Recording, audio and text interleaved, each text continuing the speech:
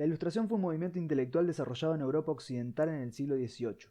Se lo conoce como Ilustración y al siglo XVIII como el siglo de las luces, porque los intelectuales que formaron parte de ese movimiento se centraron en la idea de que las sociedades de su tiempo vivían sometidas a la oscuridad de la ignorancia, la superstición y la obediencia ciega a la autoridad, proponiendo por el contrario que en todos los órdenes de la vida los seres humanos se rigieran por la luz de la razón. Esa contraposición oscuridad-luz, ignorancia-razón explica el nombre del movimiento. Immanuel Kant, uno de los principales filósofos modernos, escribió un ensayo, una especie de panfleto publicado en la prensa, titulado ¿Qué es la Ilustración?, donde explicaba la propuesta de esa corriente de la que se sentía integrante. Su argumento era que los individuos vivían dominados, sometidos como si fueran menores de edad sin tener control de sus vidas. Esto se debía a dos grandes razones. Por un lado, existían instituciones como los estados tiránicos o la Iglesia que buscaban mantener a las personas sometidas. Pero por el otro, también los sometidos por temor o por comodidad aceptaban esa situación de dependencia. La Ilustración, entonces, proponía la libertad, la ruptura de esas cadenas mediante el uso de la razón.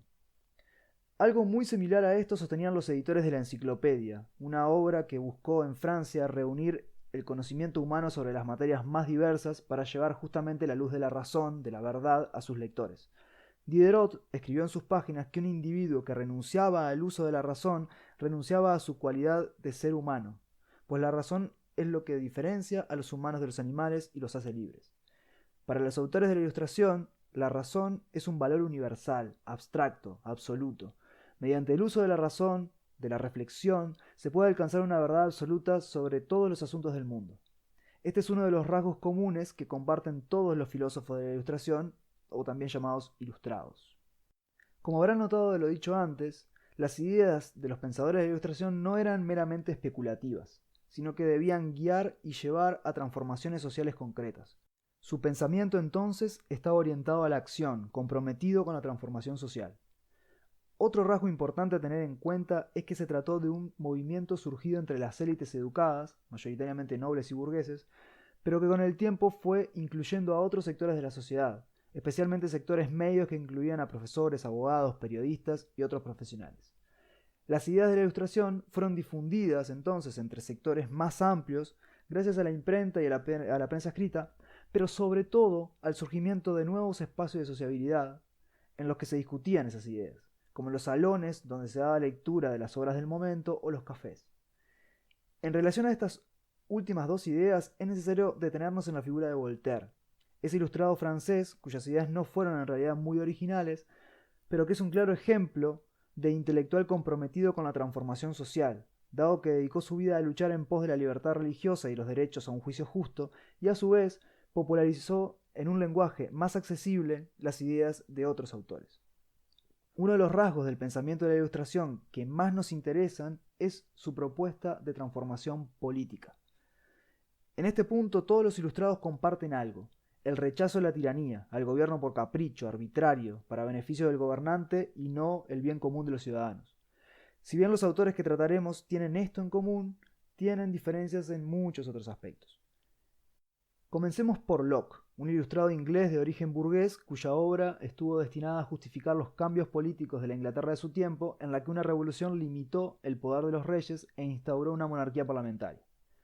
Locke era un contractualista.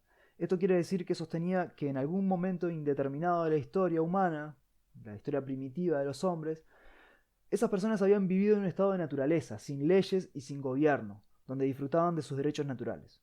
Los derechos naturales son aquellos que posee cualquier individuo por el solo hecho de existir y que son inalienables, que nadie les puede quitar, especialmente el derecho a la propiedad privada, la vida, la libertad. En algún punto esos individuos habían decidido, para proteger sus derechos naturales y evitar el desorden, reunirse en sociedad, darse leyes para organizarse y formar por lo tanto un Estado con un gobierno que hiciera cumplir esas leyes.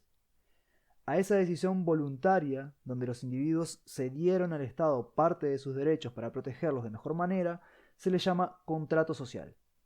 Los autores que afirman estas ideas de que las sociedades y los estados surgen de un contrato social son llamados contractualistas.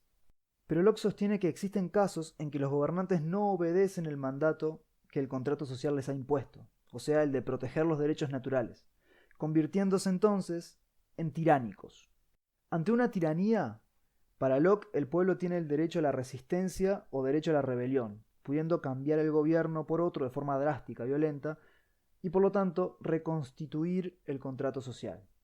Además, para este autor, la forma de gobierno en la que los derechos naturales se aseguran de mejor manera es una monarquía parlamentaria, donde el parlamento electo, el poder legislativo, es el principal poder del Estado y donde no existe concentración de poderes. En este punto existe otro autor, Montesquieu, un noble francés ilustrado, que coincide con Locke en que la concentración de los poderes del Estado es sinónimo de tiranía. Esa tiranía para Montesquieu se da generalmente cuando los reyes absolutistas concentran los tres poderes del Estado, el legislativo, el ejecutivo y el judicial, en sus manos.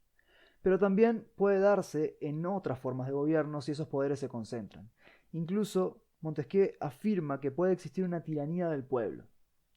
Si bien este autor defiende una monarquía limitada por un parlamento electo, desde su punto de vista ese parlamento debería estar reservado a la nobleza, dada su desconfianza a la acción política del pueblo bajo y los peligros del republicanismo. Por esta razón, tampoco Montesquieu defiende el derecho a la resistencia, pues lo considera un exceso peligroso. También se diferencia de Locke en otro punto importante. Montesquieu no es contractualista. Para él, el origen de las sociedades y los estados se vincula a las características de la geografía, la mentalidad y las costumbres de los pueblos que determinaron, en su momento, qué tipos de estado se formaron históricamente en cada lugar. Otro autor importante de la Ilustración es Rousseau, francés proveniente de los sectores medios de la sociedad alcanzados por las ideas de la Ilustración. Rousseau, como Locke, puede ser considerado un contractualista, pero sus ideas sobre el contrato social son algo diferentes. Para Rousseau, los estados no surgieron de la voluntad de todos los individuos de proteger sus derechos naturales, sino que se trató más bien de una imposición de unos pocos individuos que se apropiaron de los recursos de la naturaleza sobre otros que se convirtieron en desposeídos. El Estado surgió como una herramienta para proteger la propiedad privada de una minoría y perpetuar una injusticia. Para Rousseau, esa injusticia, que acabó con un estado de naturaleza en el que el hombre vivía libre y armónicamente con esa naturaleza, es algo irreversible. Su propuesta política entonces no es volver al estado de naturaleza, porque eso es imposible, sino que se trata de reformular, de crear un nuevo contrato social y una nueva forma de Estado que remedie esa injusticia original, esa tiranía, de alguna manera. Rousseau, a diferencia de los otros autores, no se pronunció a favor de ninguna forma de gobierno concreta. Él afirmaba que cualquier forma de gobierno puede ser buena siempre que se guíe por la voluntad general. Llegamos aquí entonces al concepto más complejo y más importante de Rousseau, la voluntad general. La voluntad general no es la suma de todas las voluntades de los individuos que integran una sociedad y tampoco es la contabilización de la voluntad de la mayoría. La voluntad general, que es única e indivisible y debe determinar la ley que los gobiernos aplican, es la expresión cualitativa, no cuantitativa, de las voluntades de los individuos.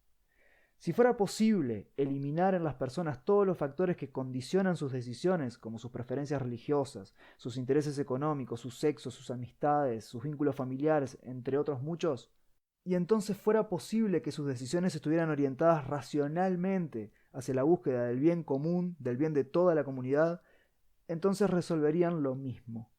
Quedaría expresada así la voluntad general, que es una abstracción racional, casi mística, muy difícil de encontrar en la realidad concreta.